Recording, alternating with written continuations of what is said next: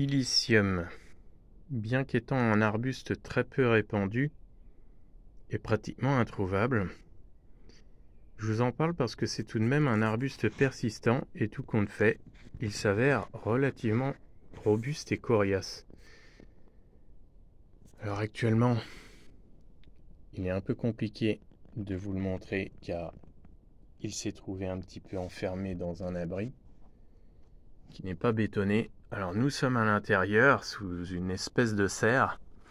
Pour le moment, il vit très bien. Il n'a pas l'air d'avoir de parasites. Le feuillage est vert brillant. Il se comporte plutôt très bien. Il est en fin de floraison et je m'en suis même pas aperçu. Alors, il reste tout de même quelques fleurs.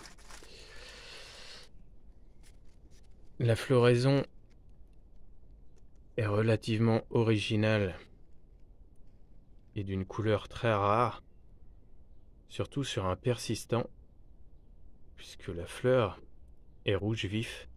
Elle n'est pas très grosse, certes. Elle mesure environ 15 à 20 mm de diamètre. C'est une plante à regarder de près.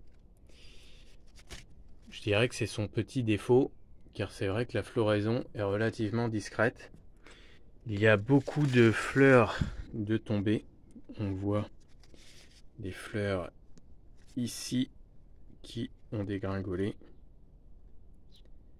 Alors c'est pas une plante envahissante puisque je n'ai jamais vu de semis. J'aimerais bien qu'il se ressème justement.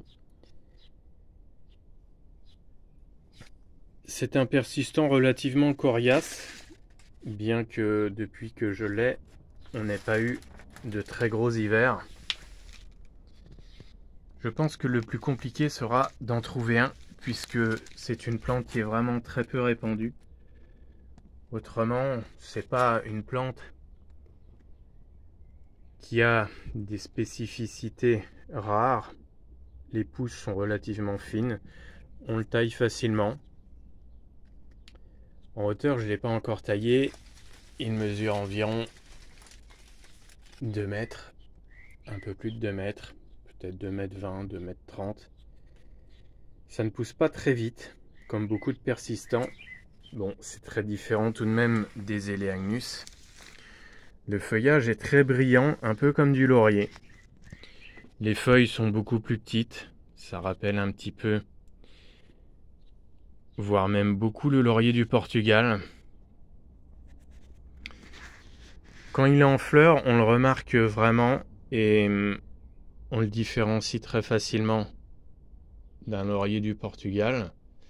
Par contre, sans les fleurs, j'avoue, ça ressemble beaucoup à un simple laurier. Alors si vous en trouvez un, et si une plante originale vous intéresse, c'est vraiment un arbuste qu'il vous faut.